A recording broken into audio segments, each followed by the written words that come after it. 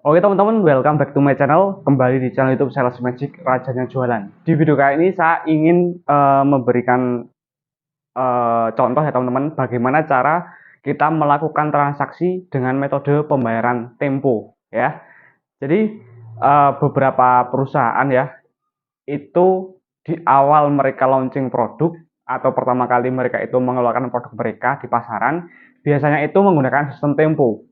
Karena kadang pemilik toko atau pemilik grosir itu kalau misalnya barang baru itu disuruh cash itu nggak mau ya.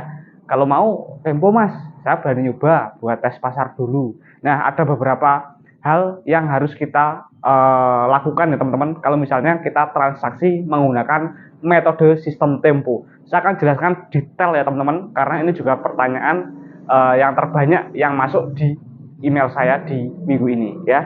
Jadi saya jelaskan terlebih dahulu. Pembayaran itu ada 3 jenis, ada 4 jenis. Yang pertama tunai ya atau cash, terus yang berikutnya cash tempo, yang ketiga tempo, dan yang keempat adalah titip jual. Nah, gini, kalau misalnya cash, misalnya toko beli kopi sama saya, kopinya saya kasih, toko ngasih uang ke saya, itu cash. Nah, kalau cash tempo, misalnya toko belanja sama saya itu 1 juta ya, mereka membayarnya cuma 500.000. Nah 500 ribunya dibayar di minggu berikutnya bersamaan dengan mereka order lagi ya, itu cash tempo. Nah kalau misalnya tempo, misalnya saya itu menjual produk kopi dan rokok. Nah terus saya kasih barangnya, tapi toko bayarnya nanti di minggu berikutnya. Ya, untuk tempo itu ada perjanjiannya, mau 1 minggu atau 2 minggu ya. Nah, untuk paling lama ya, kalau tempo itu 2 minggu, itu udah lama banget kalau menurut saya. Terus yang ketiga adalah titip jual. Nah, gini, bedanya tempo sama titip jual tuh gini. Kalau misalnya kita menitipkan 1 slop produk rokok di toko, di minggu berikutnya kalau misalnya kok lakunya baru 2 bungkus atau 3 bungkus, padahal belinya 1 slop. Nah, karena perjanjiannya tempo, toko harus tetap membayar teman-teman. Ya, habis atau nggak habis harus dibayar. Itu kalau tempo seperti itu. Nah, kalau titip jual, itu misalnya 1 slop yang laku 3 bungkus, toko hanya membayar 3 bungkus. Jadi sudah paham ya teman-teman mengenai tempo dan titip jual.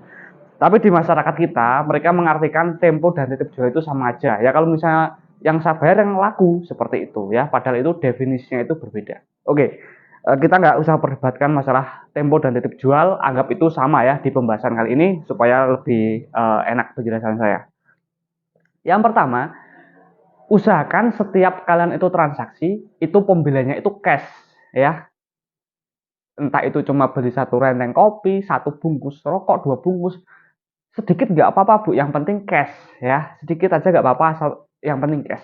Itu usahakan sebisa mungkin seperti itu ya. Nah eh, kalau misalnya kok nggak mau, nah baru kita opsi pembayaran tempo ya. Jadi usahakan ya teman-teman sebisa mungkin kalau misalnya kalian itu nyales, usahakan sistemnya itu cash, walaupun belinya sedikit nggak apa-apa, nanti bisa diretur kalau nggak laku bu.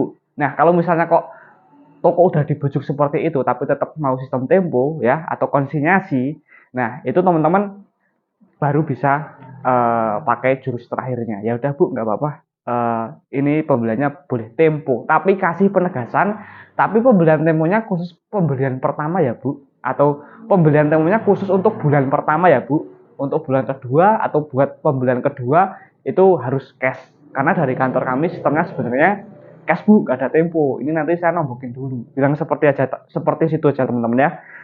Jadi gini teman-teman, sebelum kalian melakukan sistem tempo, ada beberapa hal yang harus diperhatikan. Yang pertama nota ya. Nah nota itu gunakan yang 2 ply ya. Kan nota kan ada biasanya yang umum digunakan itu 2 ply sama 3 ply ya. Jangan gunakan yang 1 ply karena kita nggak ada backupannya. Nah kalau yang 2 ply itu satunya itu ditulis di sini. Misalnya sistem pembelian tempo tuh gini. Misalnya saya datang ke toko, saya menjual produk kopi 1 renteng misalnya. Saya tulis kopi Torabika Moka harga satuannya berapa, terus dia belinya berapa, totalnya berapa. Nah kalau misalnya cash ya teman-teman, ini kita kasih yang warna putih, kasih ke tokonya.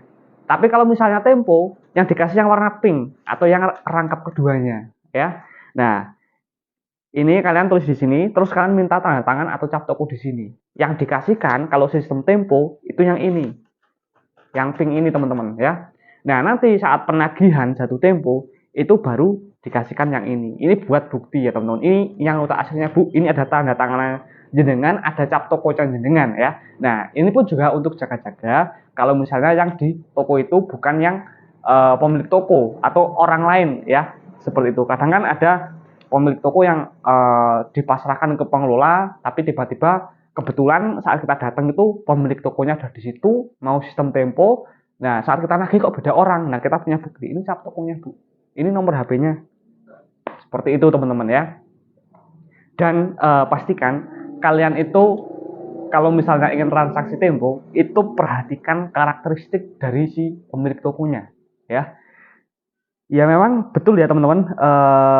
Penampilan itu nggak bisa, penampilan dan gaya bicara tidak bisa mendeskripsikan karakteristik dari pemilik toko. Tapi setidaknya ya sedikit mencerminkan ya teman-teman. Kalau misalnya kok sekiranya dilihat orangnya susah ya teman-teman, itu mending nggak usah ya. Kenapa? Karena nanti kalian akan bingung di akhirnya ya. Kalian itu nanti akan pusing di akhirnya. Udah waktunya jatuh tempo, barangnya habis, tapi toko nggak mau bayar. Ya, itu salah satu kelemahan dari sistem tempo juga seperti itu ya. Jadi usahakan untuk sistem tempo itu pastikan karakteristik tokonya itu kalian feeling ya. Oh ya adalah saya coba kayaknya orangnya enakan. Ini mau nyoba sistem tempo mungkin karena memang barangnya baru ya. Nah gini teman-teman, saat kalian menggunakan sistem tempo ada beberapa tips lagi, yaitu jangan kasih banyak-banyak. Misalnya rokok ya teman-teman, kasih 1 atau 2 bungkus itu paling banyak ya teman-teman. Kenapa? Karena kalau misalnya kita kasih 1 atau 2 bungkus, 1 minggu pasti udah habis. Dan itu membuat kesan bahwa produk kita itu laku. Nah, kalau kita kasihnya 1 slop, 2 slop langsung atau 1 karton ya, 1 minggu kita samperin. Misalnya kita kasih tempo 10 slop. Udah laku 5 slop. Itu kesannya malah nggak laku, teman-teman. Karena masih ada 5 slop. Nah, tapi kalau kita kasih tempo 2 bungkus atau 3 bungkus, 1 minggu laku, itu akan membuat kesan bahwa produk kita laku ya. Jadi kuantitinya itu jangan banyak-banyak seperti itu ya. Ya mungkin itu beberapa sistem tempo ya, hal-hal yang harus kalian perhatikan ya. Jadi kuncinya itu di notanya, jangan sampai salah ngasih. Oh ya teman-teman, saya tadi bilang ada yang nota 3 rangkap. Jadi ada 1, 2, 3 ya. Nah, jadi kalau yang 3 rangkap itu yang satu ini buat dikasih ke pemilik toko kalau sistemnya cash, yang pink ini buat backupan kita, dan yang satunya lagi itu biasanya dikumpulkan di kantor untuk arsip kantor ya. Nah, itu standarnya itu kalau nota itu 2 sampai 3 play. Jangan pernah gunakan nota yang 1 play karena kan nggak akan ada data. Nggak akan ada istilahnya backup data ya. Kenapa kita membutuhkan backup data? Karena ya yang namanya pekerjaan pasti ada kesalahan. Mungkin kita salah kasih harga, salah kasih total penjumlahan ya. Jadi kita punya bukti ya, seperti itu. Jadi fungsinya nota, saya juga pernah bahas ya teman-teman di beberapa video saya yang lainnya, itu banyak banget. Jadi walaupun kalian udah akrab sama pemilik toko ya, usahakan kalian itu tetap mencatat setiap transaksi ya, seakrab apapun kalian ya. Karena yang namanya berurusan dengan uang itu ya memang harus ada datanya. Misalnya kalian nggak ada backup datanya, Bu tadi ini berapa ya? Wah notanya udah saya buang mas. Nah, mau apa ya? Karena biasanya memang kalau misalnya toko itu ada yang open sama yang nggak open. Maksudnya itu ada yang notanya dikumpulkan semuanya. Tapi ada yang misalnya kok ini udah lunas ya udah dibakar kayak gitu. Ah ini bakar lah, bingung-bingungin ya. Seperti itu teman-teman ya. Mungkin itu sih beberapa hal yang ingin saya share kepada teman-teman sales semuanya. Bagaimana cara melakukan sistem tempo yang benar ya. Tapi usahakan pesan saya, tempo atau titip jual itu jadikan opsi terakhir sebisa mungkin ya. Toko itu melakukan pembelian secara cash 1 atau 2 bungkus itu nggak masalah asalkan cash ya.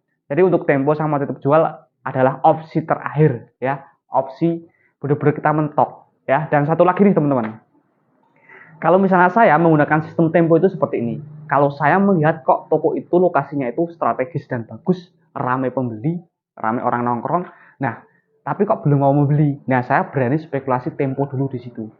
Seperti itu. Jadi kita juga harus melihat kondisi tokonya juga, teman-teman. Ini kira-kira worth it enggak? Nah, dan yang kedua, saya kadang melihatnya gini.